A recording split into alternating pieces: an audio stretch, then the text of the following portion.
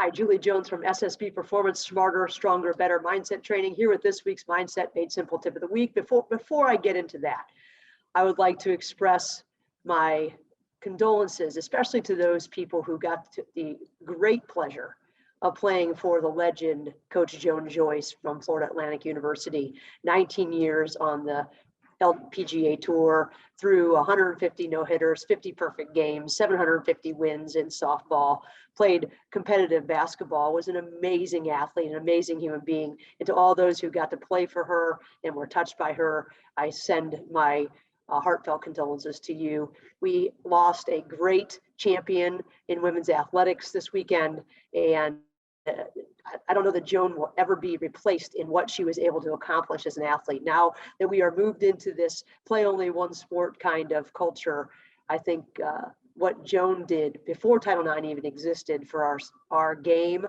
the game of softball, and for women's athletics may never be matched again. So our thoughts are with everyone who is close to Joan. But on to this week's tip. This week's tip was brought on as I was watching Notre Dame play North Carolina State in the Sweet 16, I think it was. Notre Dame's up by 1 point. 19 seconds left. North Carolina State's point guard steals the ball, takes it down, makes a layup. Now North Carolina State's up by 1 point. We've got 14.8 seconds left. Timeout. Notre Dame calls a timeout. They run over to their bench. North Carolina State runs over to their bench. You look at North Carolina State's bench, and of course they are thrilled because they have this amazing opportunity. They've got 14.8 seconds left in the game, up on 1 point. Pan over to Notre Dame's bench.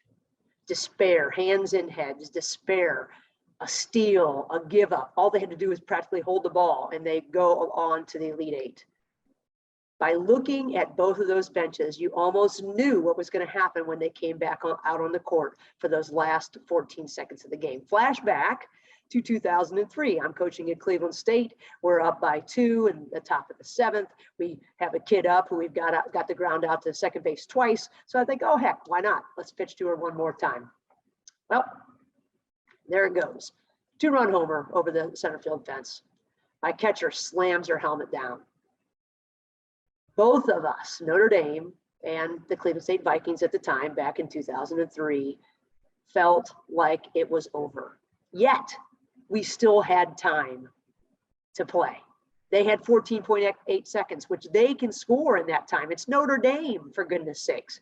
We could score. We had a half inning left.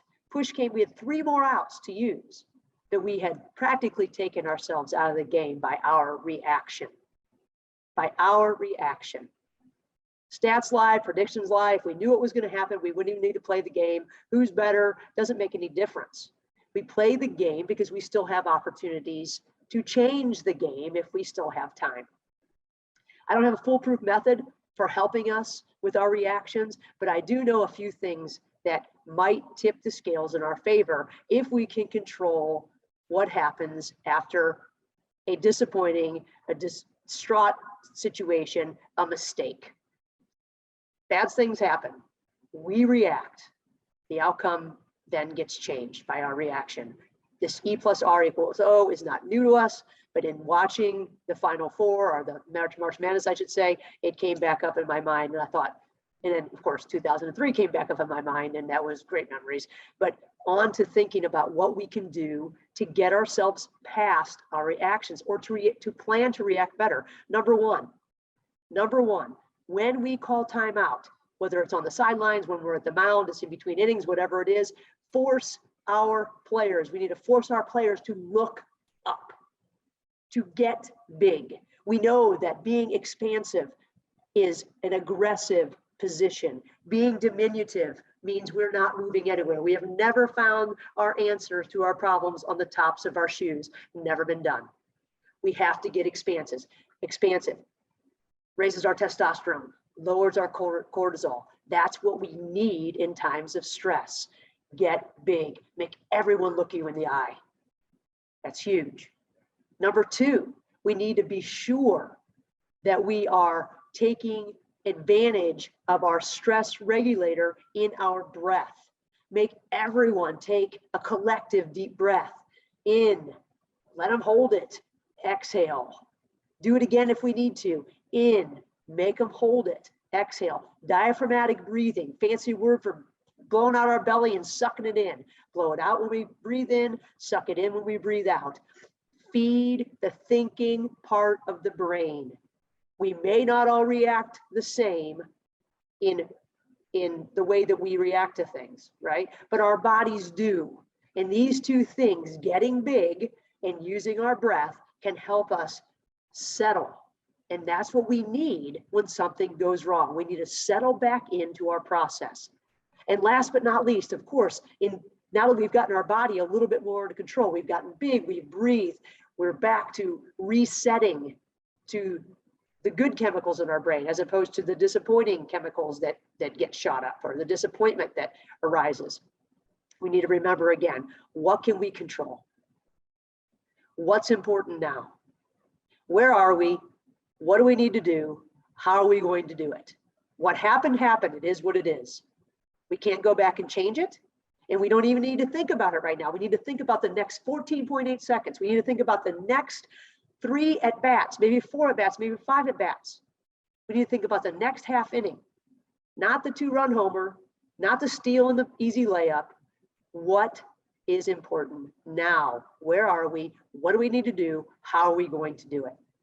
Get big, breathe big, think forward. Those 3 things can help us when the bottom falls out, when it hits the big ass fan. I'm not cussing, it's a company. Check it out in my tip, in the written part of my tip, bigassfans.com. Hysterical, it's my favorite company name ever. But what happens when it hits the fan?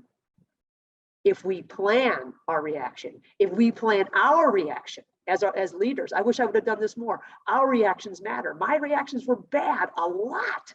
And if I could go back and change those things, I would.